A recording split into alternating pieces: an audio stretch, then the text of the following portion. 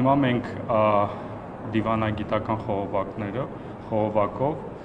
խորհրդակցություն ենք իրականացնում Ադրբեջանի հետ խաղաղության պայմանագիրը ստորագրելու համար։ Ինչպես են արձագանքում, ինչ-որ նոր նախապայմաններ են առաջ բերել, ի՞նչն է խանգարում։ Մենք շարունակում ենք աշխատել, որպեսզի խաղաղության պայմանագիրը ստորագրենք, որովհետև խաղաղության պայմանագրի տեքստը, ինչպես նշել եմ,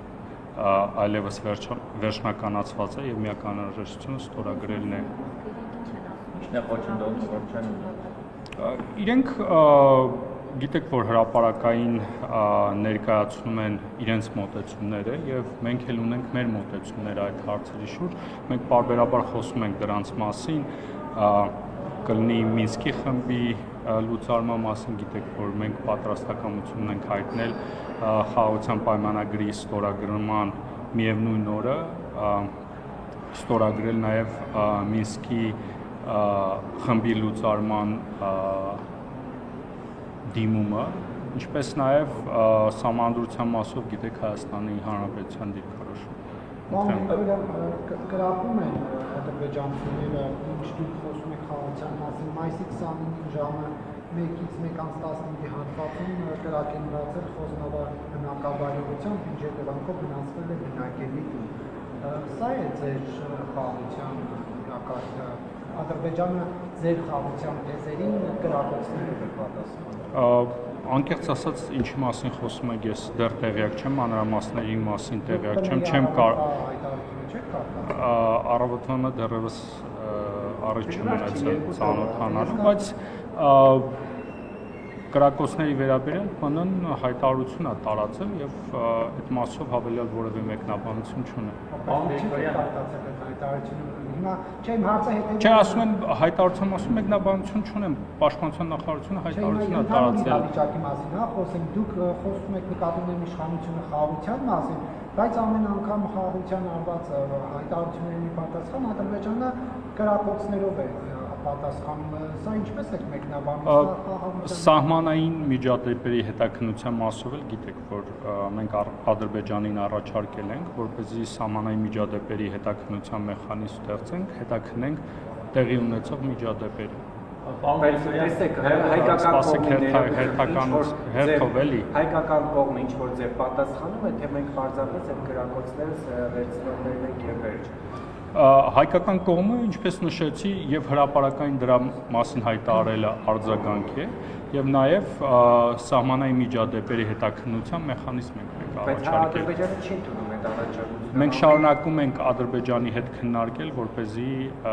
հետաքննության մեխանիզմը ստեղծենք։ Պարոն Գրիգորյան, դուք պատերազմի վտանգ ստեղծում եք, մենք այդ հարցը հաճախ ենք տալիս, բայց վերջին շրջանում նաև մենք տեղեկություն ունենք, չեմ կարող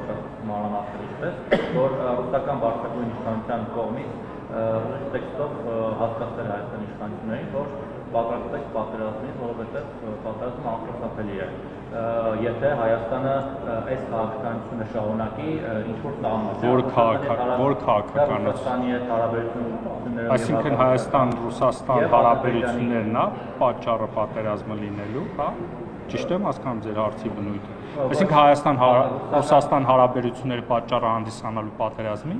հակառուսականությունը մեկ, երկրորդ Ադրբեջանի հետ սխալ հարաբերությունները եւ քանի որ Ալիևը դրա ինչ առումով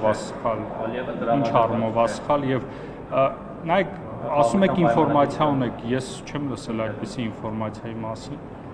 չգիտեմ ինչի մասին եք խոսում, չեմ կարող մեկնաբանել մի բան, որի մասին չեմ լսել, դուք ասում եք չեք էլ կարող պարզաբանել։ Ռուսաստանը, եթե Ռուսաստանի դաշնությունից այդպիսի ինֆորմացիա կա, երևի ճիշտ լինի հրապարակային ասել դրա մասին։ Հյուպատոսարանը կապանումը չբացվեց, որովհետև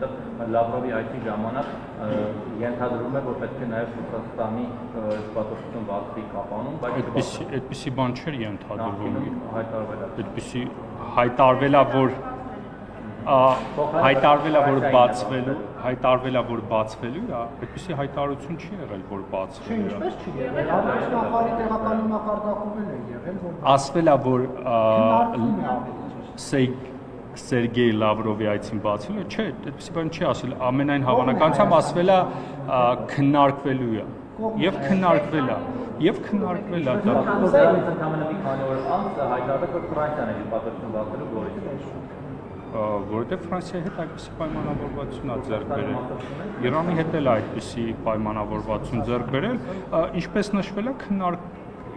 նախապես նշվել է, չէ՞ որ քննարկվել է այդ հարցը։ Պատերազմի ռիսկի մասով չասացիք, պարոն Գրիգորյան, դուք Պատերազմի ռիսկի մասին դուք հղում եք կատարում Ռուսաստանի Դաշնությանը ձեր աղբյուրների։ Հայաստանի Հանրապետության վարչապետը հայտարարել է, որ պատերազմ չի լինել, խաղաղություն է լինելու տարածաշրջանում, եւ մենք շարունակելու ենք աշխատել այդ ուղղությամբ։ Ինչ էիք ասում։ Ռուբիոյի հայտարարությունը հա, որ Ամերիկան տեսնում է վտանգ հակամարտության սրման եւ փորձում են ինչ-որ քայլեր ձեռնարկել, նախորդ շաբաթ էր այդպիսի հայտարարություն։ Նայեք, ավելի ճիշտ կլինի պարոն Ռուբիոյի հայտարարությունը հենց ինքը մեկնաբանի, հա։ Կարծում եմ հնարավորություն կա, նախկինում մեր լրատվամիջոցները հնարավորություն են ունեցել պետդեպարտամենտից մեկնաբանությունը ստանալ։ Այլ իրավիճակը, եթե Ամերիկան է նման հայտարարություն անում, Ամերիկան ունի իրավիճակի իր գնահատականները, մենք ունենք իրավիճակի մեր գնահատականները, երբեմն կարող են այդ գնահատականները համընկնել, երբեմն կարող են չհամընկնել։ Եվ վերջին հարցը, ինչ եք կարծում, որ փուլում ձեր իշխանությունը կընդունի, որ Ադրբեջանի այդ բանակցությունները ձախողվել են, փակուղում են եւ խաղաղության պայմանագիրը չի ստորագրել, թե չէ հավերժ ասել, որ բանակցում ենք եւ պատերազմի վտանգով ժողովրդին սխալվելը որքանով է ճիշտ։